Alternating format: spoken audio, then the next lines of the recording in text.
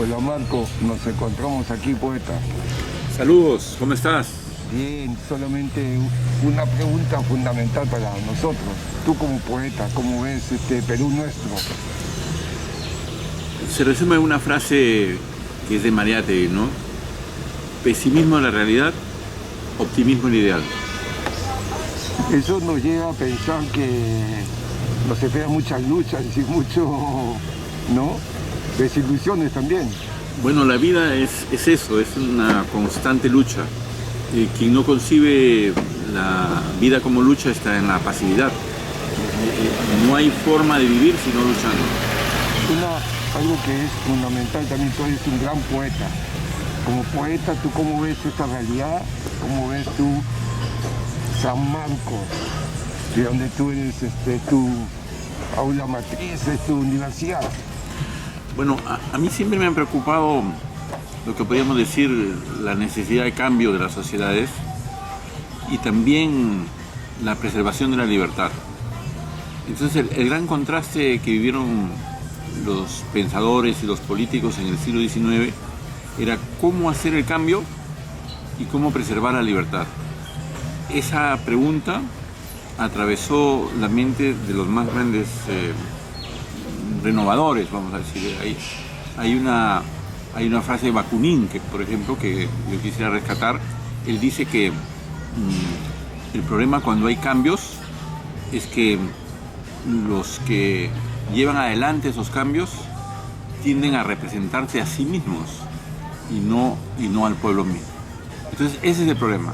Hay que cambiar siempre a los que se consideran representantes de sí mismos o se vuelven representantes de sí mismos cuando disfrutan lo que se llama las mieles del poder. Y en esa constante lucha está el pueblo y el otro punto es preservar la libertad. Sartre menciona que digamos, el espacio de libertad es muy pequeño. La libertad no la tenemos ganada. Hay muchas cosas que no podemos elegir. No elegimos ni la familia en que nacemos, ni el país en que vivimos. Bueno, después sí, pero al comienzo no. Ni la familia, digamos, en la que hemos nacido, ni la lengua que hablamos. Y las posibilidades de elección siempre son pocas. Entonces la libertad no está hecha, es algo que se va conquistando. Y yo creo que es el valor más importante del ser humano. Bueno, Marco, ante la pérdida de valores y ante la situación que estamos, en el cual el poder está en manos de diversos niveles emergentes o en decadencia a nivel de partidos políticos, dime, lo que ha emergido es una corrupción terrible. ¿Cómo ves esta situación? Bueno, como una situación que hay que combatir permanentemente. Yo diría que uno no puede hacer todo lo que quiere. A un niño le preguntas ¿qué quiere ser? Quiere ser presidente. A una persona de 50 años que no ha tenido actuación política no le puedes preguntar lo mismo porque no puede ser presidente. Entonces, ¿qué es lo que podemos hacer los seres humanos que tenemos alguna participación política y no, por lo menos en el medio en el que estamos, actuar con el máximo de honestidad y denunciar la corrupción ahí donde aparezca, ¿no? Y por lo menos hacer causa común con los que sufren, ¿no? Y se puede decir que eso es San Marcos, ¿no? San Marcos es un espacio finalmente donde no se ha conculcado la libertad, donde no ha sido posible amordazarla, ni en los peores momentos de la dictadura. Y en este momento en el cual está, en mala utilización la autonomía universitaria, ¿cómo ves tú San Marcos y cómo ves tú como profesor principal? Bueno, aquí entramos ya en la política concreta y diaria. Yo creo que, como suele suceder cuando hay dos bloques enfrentados, es que la verdad no la tiene un grupo, sino que está de por medio. Es evidente que la manera como estaba organizada la institución universitaria hace algunas décadas había que cambiarla. Es decir, que la organización de una especie de agrupación de rectores que controlaba toda la educación universitaria en el país no estaba bien. Ahora, después se creó la SUNEDO y la SUNEDO, digamos, en muchos casos ha sobrepasado los legítimos, intereses de vigilancia correcta. ¿no? Eso es inevitable. Yo mismo tuve entrevistas con las autoridades de la SUNEDO en los primeros años y pude ver, digamos, junto a un afán moralizador que evidentemente existía, también un deseo de controlista contra el cual estamos todos. No puede ser que la universidad pierda su autonomía. Entonces, con esto estoy planteando una posición, digamos, intermedia entre personas que están opinando o autoridades que opinan sobre este punto, tanto de San Marcos como de otras universidades. Tú como poeta, toda esta realidad, digamos que está presente, está rodeando tu escritura, tu pensamiento, tu sensibilidad, tu expresión. ¿Cómo tú canalizas toda esta realidad que ves con ese ojo saurí de poeta?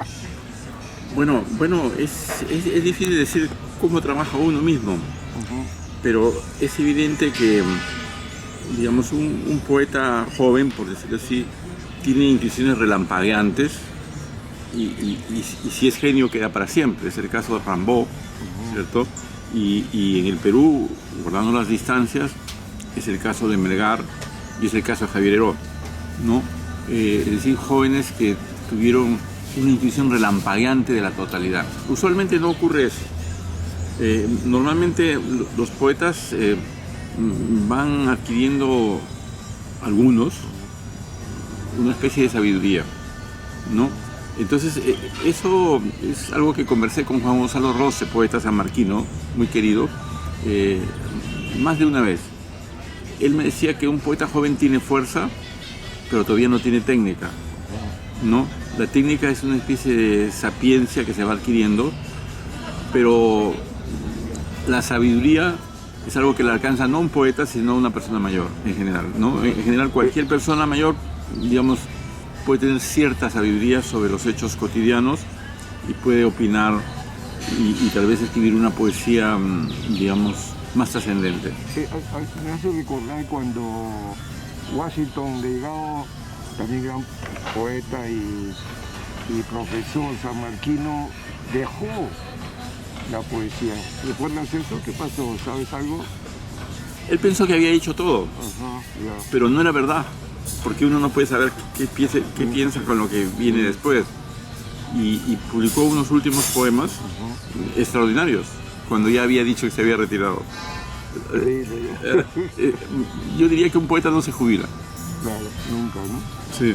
Ahora, Marco, tus generaciones, ¿por qué el poeta tiene que ser recordado por generaciones? Esa es una pregunta que a mí me... Alguna vez algunos poetas como Aldo dijo que no debe existir las generaciones. ¿Tú qué piensas? Las generaciones son cuestiones de profesores. Les permiten dictar clases. O sea, existen las generaciones, digamos, de seres humanos que se van sucediendo, vamos a decir, padres, hijos, nietos, ¿no? Esas son las generaciones. Pero generaciones cada 10 años no existen en la vida, no existen, de verdad. Son inventos de profesores. Hay un crítico español de los años 30 y poeta, Ricardo Bullón se llama, que para hacerlo fácil, digamos, pensaba en fotografías.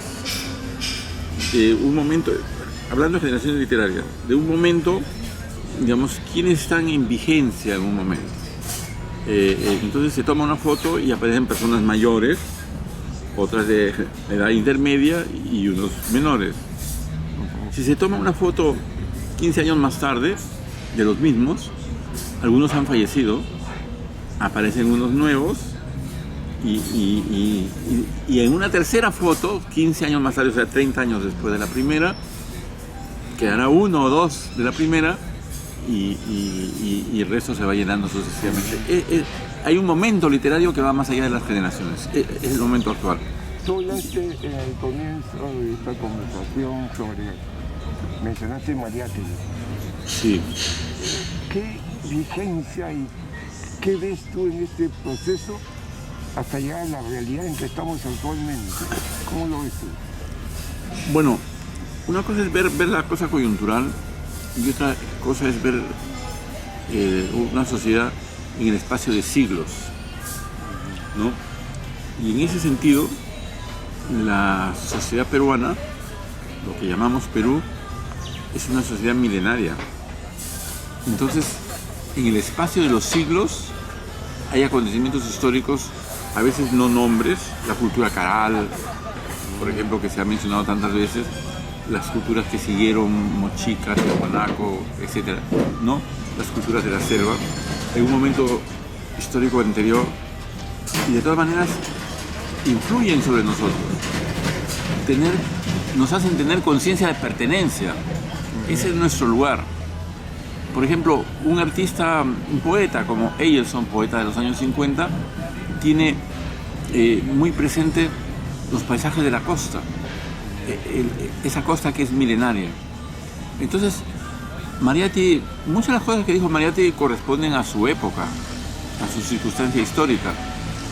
Hay un libro de José Ignacio López Oria que se llama Adiós Mariátegui.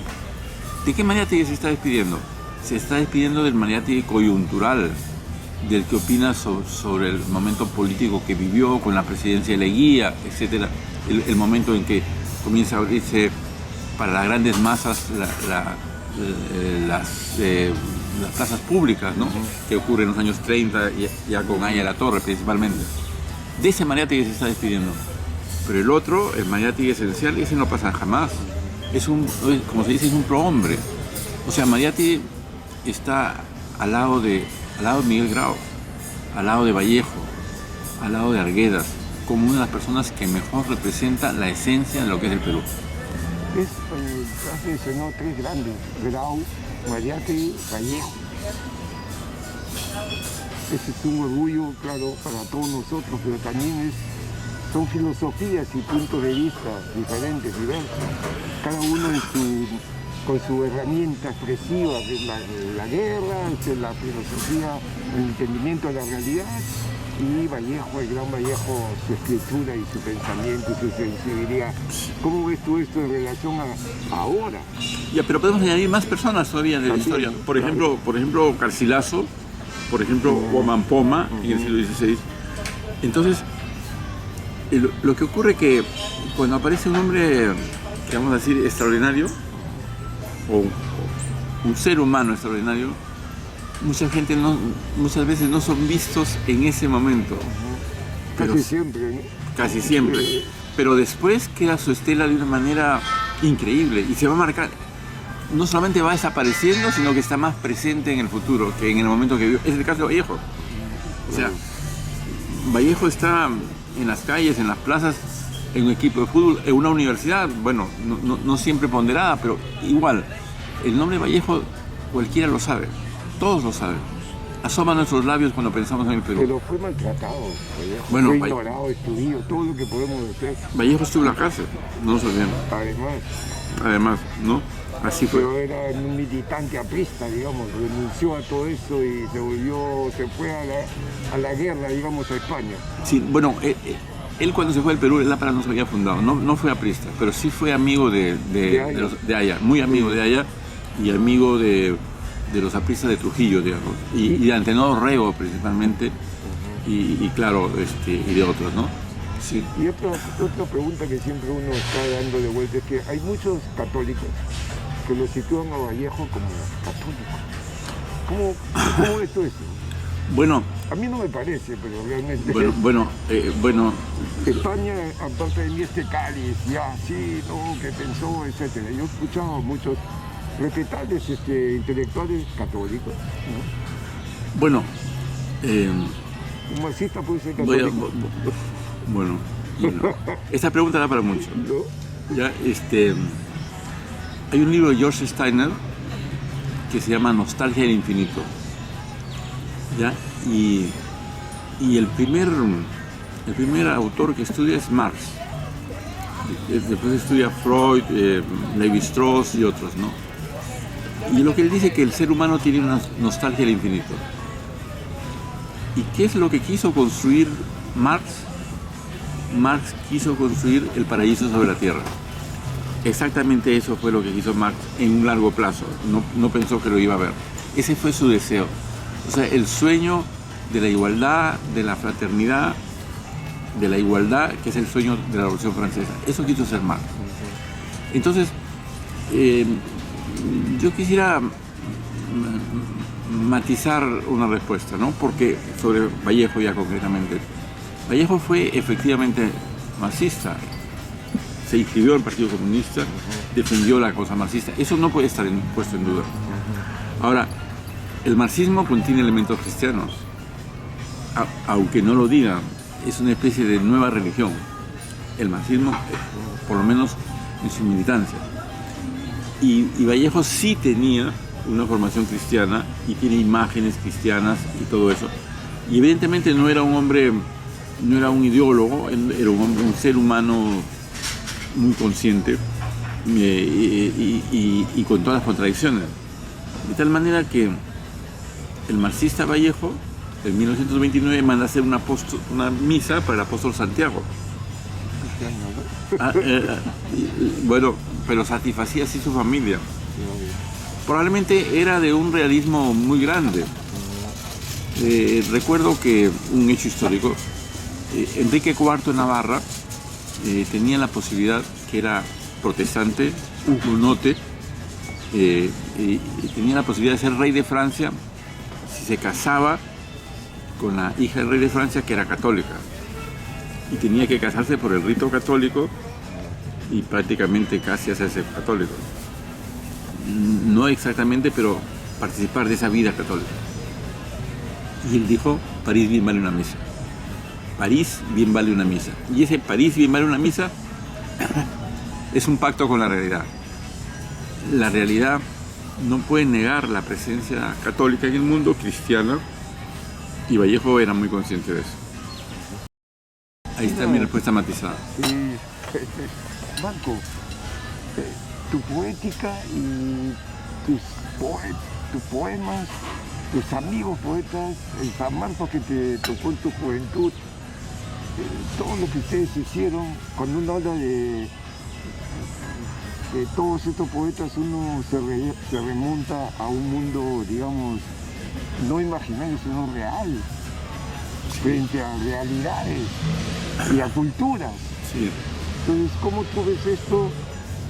La presencia de Nostroza, de Calvo, todos ellos contigo, y ese San Marcos de esa época, esas luchas, esos grandes poemas que aparecieron. ¿Qué pasó ahí? Bueno, hay un poco una mitología, ¿no? Porque la historia se escribe después, ¿no? Yo no conocía a Nostroza antes de su partida para Cuba. O sea, en los años que él iba a la Facultad de Medicina o a Letras, en realidad nunca lo vi, ni él me vio a mí, ni participamos en recitales juntos.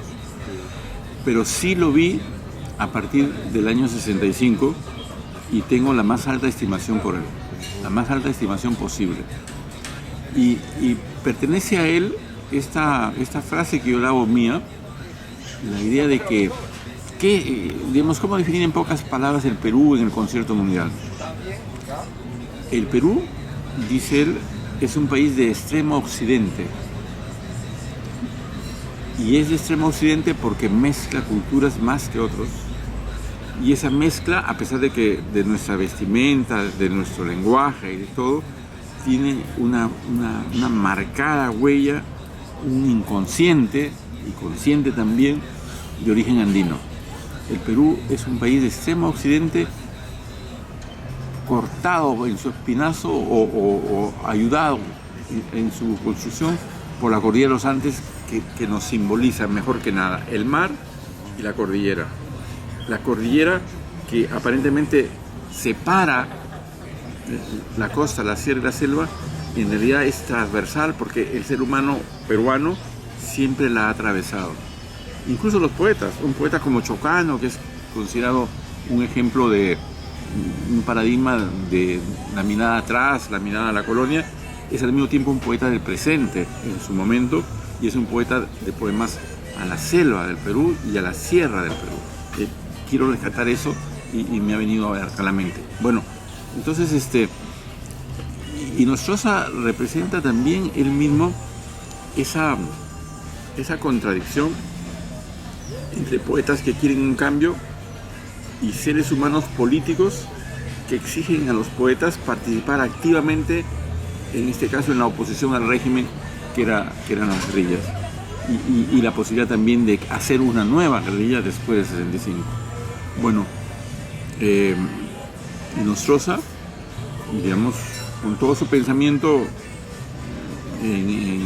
digamos, lúcido y libre, optó por no participar de las guerrillas y por eso fue denostado.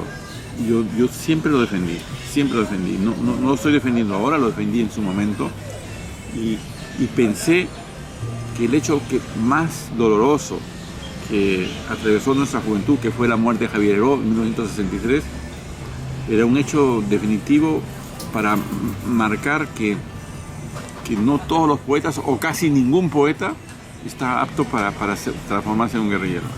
Eso es lo que yo pienso ahora, pero ya lo pensaba en 1969, cuando escribí un poema que se llama No es la hora de Rimbaud, que justamente se refiere a esos hechos. Eso nos hace pensar de que en la actualidad, con este desarrollo en que devino esa izquierda nuestra, ¿tú piensas que ha habido planteamientos lúcidos o un desarrollo consecuente con la búsqueda utópica de ese ideal socialista? ¿O hemos caído en niveles clasistas, regresivos, muchos de ellos, burocráticos, etcétera? Como pasó en todo el mundo. Bueno, hemos caído, sí, en lo que acabas de decir. Pero hay personajes lúcidos con los que hemos estado hablando, y el más lúcido de todos fue Alfonso Barrantes. Yo recuerdo mucho una entrevista que le hizo Martínez Morosini, donde Martínez Morosini le dijo, era en los años 80, ¿no? Usted está pensando en revolución, cuando las revoluciones están fracasando en todo el mundo, ¿cierto? Están cayendo los países, etcétera, ¿no? Ya había caído la Unión Soviética, me parece. ¿Qué piensa usted de la revolución? ¿Y saben lo que contestó Barrantes? Algo que podría decir yo mismo hoy. En el Perú, un gobierno honrado, nada más que honrado, ya es revolucionario. Yo creo que eso sería el resumen de lo que te quiero decir políticamente. La honradez es la revolución. Sí, creo que sí, estoy de acuerdo contigo. Marco, tu poesía, tu escritura, tu pensamiento, la academia, tu formación, tu información, cómo tú fundes, cómo tú trabajas tu escritura, a nivel temático, a nivel de impulso, a nivel de construcción así alambicada de palabras, porque leemos tu poetry y se nos vienen asociaciones y asociaciones. Cuéntanos, ¿por qué tu poeta? Mira, yo creo que la formación de una persona y que se convierta en un escritor, digamos, de alguna manera reconocido, incluye muchos factores personales, pero también otros ambientales, y también interviene el azar. Uno no sabe por qué, digamos, la naturaleza, yo no lo sé, o Dios mismo, por último, escoge a una persona para eso. Porque, ¿qué es lo que hace que uno escriba mejor o pueda representar? Es mi aspiración. No solamente lo que yo pienso, sino lo que piensan otros cuando escribo. No siempre lo he conseguido, pero yo sé que lo he conseguido algunas veces. Y eso me llena de orgullo, satisfacción y asombro. O sea, ¿cómo lo hice? No lo sé. Esa es la pregunta, porque te lo dije, propicia una asociación de ideas inmediatas. Bueno, fíjate. Y con técnicas y estéticas diversas. Sí, yo creo que, bueno, ¿qué es lo que me ha favorecido? Me ha favorecido, uno, venir de una familia de maestros. Mis padres eran maestros y en mi casa había libros. En la casa de muchos no hay libros, o lo más solo los escolares. Dos, mi padre mismo era un ser excepcional. Ya, eso. Era un tipo fuera de serie. Entonces tienes un modelo ahí, ¿ya? Y recuerdo una conversación con él. Yo me dediqué mucho tiempo al ajedrez, ¿no? Y he sido un ajedrecista casi profesional, podemos decirlo. Sin embargo, la literatura me jalaba mucho y más que el ajedrez. Y un día le dije yo a mi padre, cuando yo tenía 30 años, le dije, he perdido mucho tiempo en los clubes de ajedrez. Y me dijo, no, tú ganaste orden en los clubes de ajedrez porque tienen la tendencia a ser desordenado.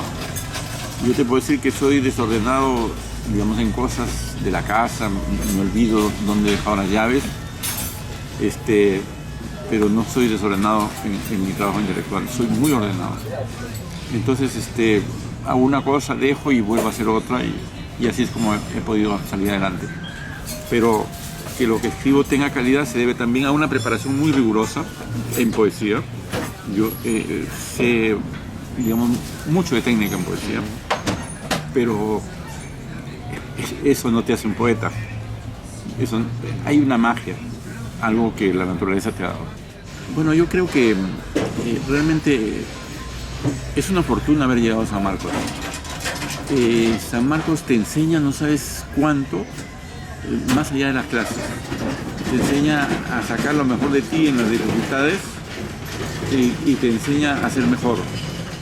Entonces, ¿qué cosa es ocupar cargos? Ocupar cargos es tener alguna habilidad administrativa, que San Marcos se estaba enseñando, pero también una actividad política para, digamos, remar contra la corriente. Podría decirse, nunca lo he dicho, que yo soy un político. No se nota mucho, pero soy un político.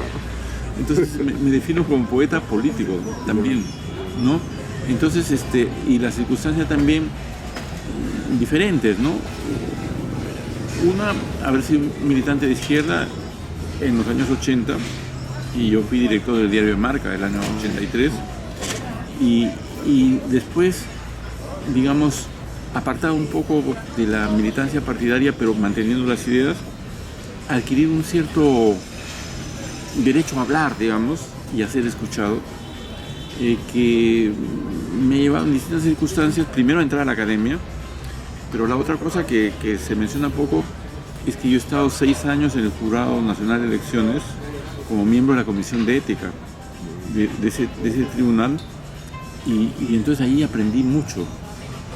O sea, si mis maestros, digamos, en la universidad han sido Luis Jaime Cisneros, Washington Delgado, Jorge Puccinelli principalmente, digamos, he tenido un maestro de mi propia edad, o incluso menor, que es Francisco Tábara, de quien quiero hacer un elogio, que era presidente del Jurado Nacional de Elecciones. Con Tábara aprendí que cuando uno tiene un cargo, tiene que ser muy prudente en lo que dice. No callarse nunca, pero opinar solo en las circunstancias importantes. Y yo mantengo eso también en política, también ahora mismo, que ya pasó esa circunstancia, ¿no? Opino sobre política, pero no opino del día a día, pues que no estoy actuando ahí, pero sí opino sobre ciertas circunstancias. Por ejemplo, una opinión política que mezcla lo académico ha sido sobre la Academia de la Lengua de Nicaragua, silenciada por el gobierno, que mereció tantas simpatías de los sandinistas en sus primeros años, ¿no? Un gobierno que quiere ser revolucionario no puede ser enemigo de la libertad de los otros. Y esa ha sido una opinión académica, pero también política. Y a título personal, opino pues de las cuestiones que me interesan. Generalmente asuntos pues de libertad y asuntos, digamos, extremados, ¿no? Y también opino a veces sobre política concreta del gobierno regional de Piura, que lo tengo entre ojos.